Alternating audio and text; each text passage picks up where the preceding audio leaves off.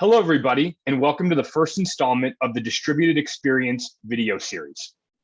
In this series, we're going to be talking to professionals throughout the supplier and distribution community about a hot topic, and that is customer experience.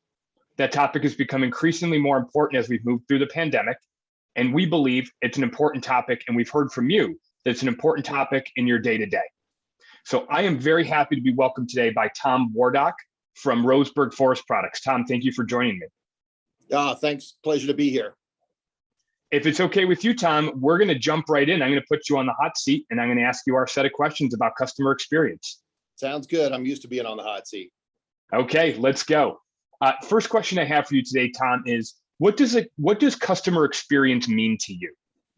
Yeah, customer experience, and I'm sure when you survey some business professionals, you might get some different answers. But customer experience, especially for me, is creating that ultimate environment in an area for the client to do business with. We will do business with them easily, and also position us as a preferred supplier moving forward. Okay, great. So you see customer experience as really a way to gain competitive advantage. Yeah, I think if you're not, then you're probably moving in the wrong direction. Okay, it's a fair point. So when you think about your industry, now you're a supplier and you work through distributors and people that sell your products. You're not dealing directly with the end user. But when you think about your industry and your definition of customer experience, whose job is it to focus on customer experience? I think that's a pretty easy answer. And if it's not the right answer, again, probably moving in the wrong direction. The ownership and accountability for customer experience is everybody's from the top down. You name the component. And I thought a little bit about this one, not only mine and other folks that engage directly with the clients, but also those that support them in a peripheral position or a peripheral unit within Roseburg. Okay. Well, that's a good segue into my next question here, which is when you think about your responsibility related to customer experience, can you highlight one thing that Roseburg is doing, one specific thing that Roseburg is doing to try to improve the customer experience from your company all the way down through to that end user?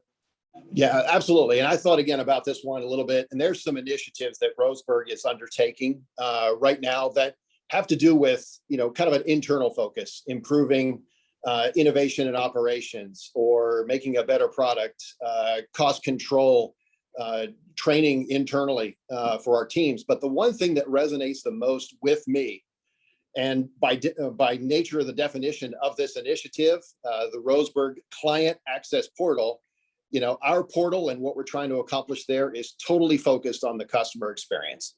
So for us, that would be the one thing, if I had to narrow it down, that would say there's where we start to focus solely on the customer experience.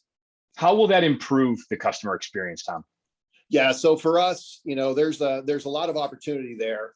When we engage our clients and we have those interactions with them, a portal will kind of take some of those peripheral discussions out by the wayside, so that when we interact with a client, it improves the overall dynamics of that discussion with a client. It's not the standard, hey, where's my order? My truck's late. What can you do about this? Do you have any inventory?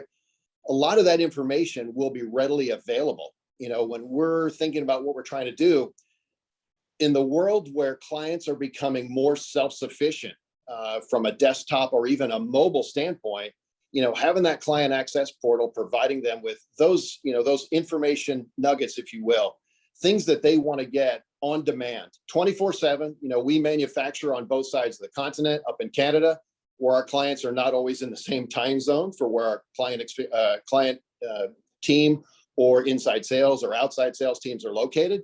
So it's good to have a platform or an environment where they can access that information. And when they want to engage with us on a personal level, those conversations, those engagements can become a little bit more meaningful. Okay, great. That's a great description. So we're going to play a little game of fill in the blank. Okay. Nice. Our industry needs to do blank better for our end customers. Put yourself in the customer's shoes here. The end customer, the consumer. Our industry needs to do blank better for our end customers. Yeah, I think one of the things that that we can do, and there's probably several answers that you can come up with. We need to compete better. We need to innovate better. But I think when it comes down to it is communicate. We need to communicate better. And that goes all the way down to the end user. We need to communicate with them better about our products. We need to communicate better about Roseburg's value proposition. We need to communicate better about the things that we offer and potentially how they will be offset by other products that are out in the marketplace. And I'm not talking about just specific, other products that a competitor will offer. We're all very comparable with what we can do. But then you start looking at other alternatives, whether they're imports or something totally different. In the wood business, are there plastics? Are there cardboard products? Different things like that that are totally different, but compete with what we do. And for us to communicate and educate to the customer about what those products are and what are the best options for them to pursue for their project. Okay, great. It's very helpful. So our last question, we're going to end with a little bit of fun, and we're going to learn a little bit about you, Tom, in this process. Who is one company or brand outside your industry who has won you over with their customer experience? Chris, I thought about this at length when you dropped that question on me, and it started about a week or so ago. And usually that's how it works. And I think from a personal standpoint, my answer might have changed 2 years ago. When we were all out of the office traveling, then the pandemic hit and most of us don't go anywhere. So, Delta came to mind, but that's not my final answer. As a consumer, especially here in the Southeast, the Publix grocery store chain came to mind. That's not my final answer either. As an e-commerce person, Amazon came to mind, but that's not my final answer either. So my final answer is I have to go with Apple. And I'll tell you why. When we think about what we try and accomplish within our respective industry, I want a quality product, competitively priced, shipped on time, and the support that goes along with it. I've been dealing with Apple computers and Apple products and services since the mid 80s. So by way of, even Chick-fil-A came to mind. I'm like, their service is outstanding and so on. But I've had the longevity with Apple longer than anybody. So that's why I see them as my final one that has won me over. Chick-fil-A, I may go see 6, 7, 8 times a year. Delta, if I'm lucky, once a quarter now.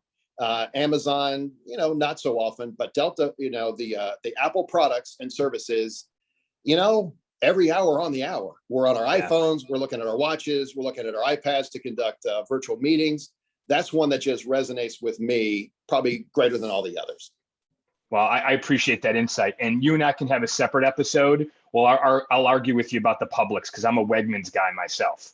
So okay. I'm fortunate enough to have Wegmans near me, and I grew up with Wegmans. So we'll talk grocery stores in another episode. But Tom, I want to thank you so much for joining me. I appreciate your insight.